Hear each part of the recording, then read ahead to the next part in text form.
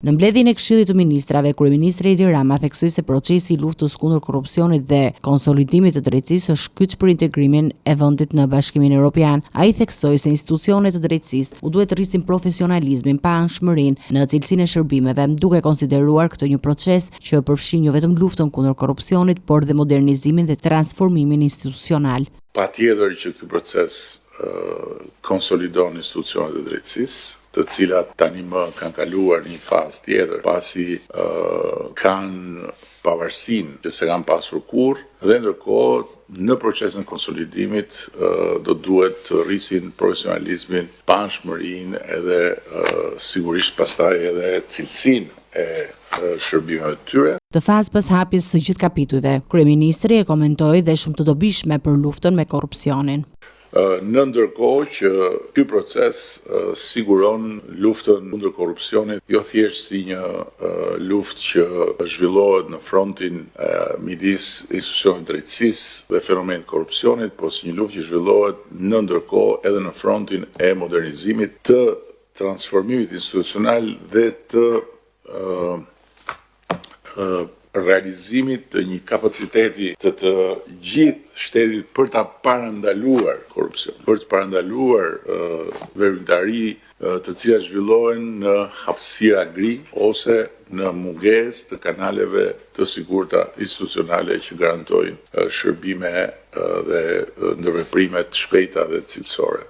Rama sqaroi se Shqipëria po ecën përpara dhe se shumë nga proceset e zhvilluara në publik janë të reduktuara ose të paqarta, ndërsa brenda institucioneve vazhdon me interes për të përgatitur vendin për kapitujt e tjerë të negociatave.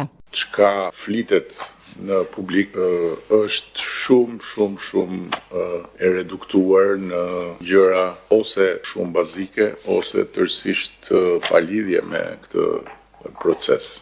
Sigurisht që procesi ka shumë ngarkesë dhe realisht është për të përgëzuar gjithë skuadra e negociatave me krye Majlindën, krye negociatoren dhe Adean, zëvendës krye negociatoren.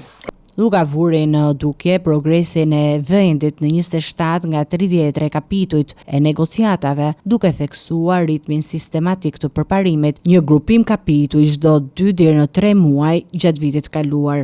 Siç dihet, Shqipëria ecën me hapa të sigurt, konsistent, pas një ndërprerje në rrugën drejt familjes europiane, si në pikpamje të përgatitjes teknike, ashtu edhe në pikpamje të vullnetit politik, të reformave dhe angazhimit të qeverisë dhe të gjitha institucioneve. Shqipëria ka marrë deri tani mbështetjen e Bashkimit Evropian, si sa I përket Komisionit, ashtu edhe vendeve anëtare. Megjithatë, shumë punë është përpara për të bërë deri në vitin 27, po edhe mbas vitit 27 deri në fund të dekadës, kur aspirojmë që të kemi mbushur kriteret për të qenë antar I familjes europiane. Kryenegociatorja Majlinda Dhuka u shpreh se Shqipëria ka mbështetjen e Komisionit Evropian dhe të vendeve anëtare dhe ecën me hapa të sigurt drejt antarësimit.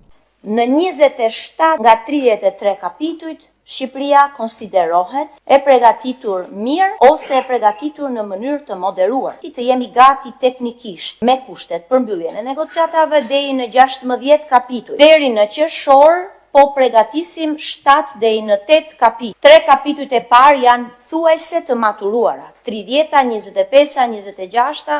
Shqipëria synon që deri në fund të dekadës të arrijë antarësimin në Bashkimin Evropian.